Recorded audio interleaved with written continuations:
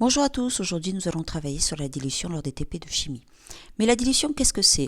En fait, c'est le fait de partir d'une certaine solution de concentration mère vers une solution fille de concentration moins élevée. Donc, on part du principe qu'il y a conservation de la quantité matière, donc Cm fois Vm égale Cf fois Vf. Les cas concrets que l'on peut raccorder en période de formation milieu professionnel ou en TP. Le premier, ça va être par exemple de réaliser 200 ml de solution d'hydroxyde de sodium à 5,10-2 mol par litre à partir d'une solution dont vous disposez au laboratoire. Donc la question qui va se poser, en fait, ça va être de déterminer la quantité de volume mère que vous devez prélever. C'est cette relation sur la conservation de la quantité de matière qu'on va devoir utiliser. Le deuxième cas concret, ça va être vous avez réalisé votre solution, mais vous ne connaissez pas la valeur de la concentration fille.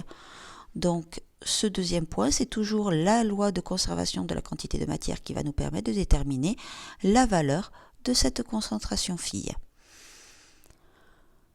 Si on revient au premier cas, donc réaliser 200 ml de solution d'hydroxyde de sodium à 5,10-2 à partir de la solution disponible au laboratoire. Le premier point que vous allez devoir réaliser, ça va être en fait d'aller regarder la solution que vous avez à votre disposition. Et bien sûr, de noter cette valeur de concentration mère que vous disposez.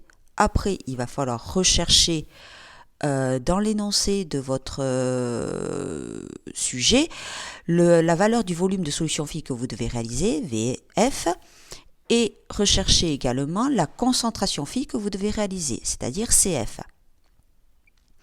Une fois que vous avez toutes ces valeurs, on reprend la loi de conservation de la matière, Cm fois Vm égale Cf fois Vf, et on recherche nous Vm. Il est à noter qu'à chaque fois, la concentration mère est toujours supérieure à la concentration fille. Donc ça, c'est un point que vous devez faire extrêmement attention.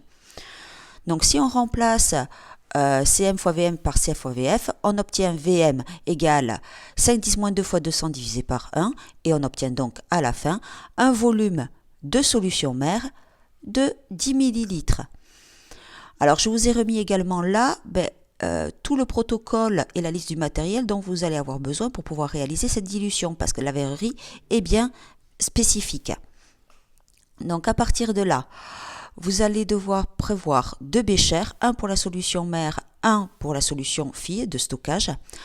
Après, vous allez devoir prévoir une fiole jaugée de 200 ml, c'est pour votre volume fille, et une pipette jaugée de 10 ml, c'est pour prélever votre solution mère. Donc on va revoir ensemble tout le mode opératoire pour pouvoir réaliser cette dilution.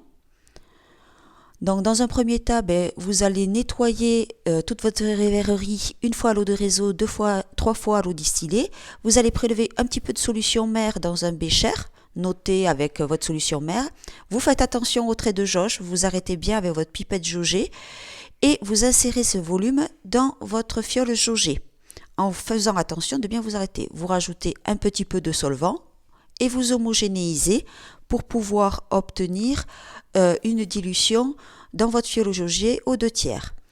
Puis vous allez continuer à compléter au trait de jauge. Donc là, vous homogénéisez.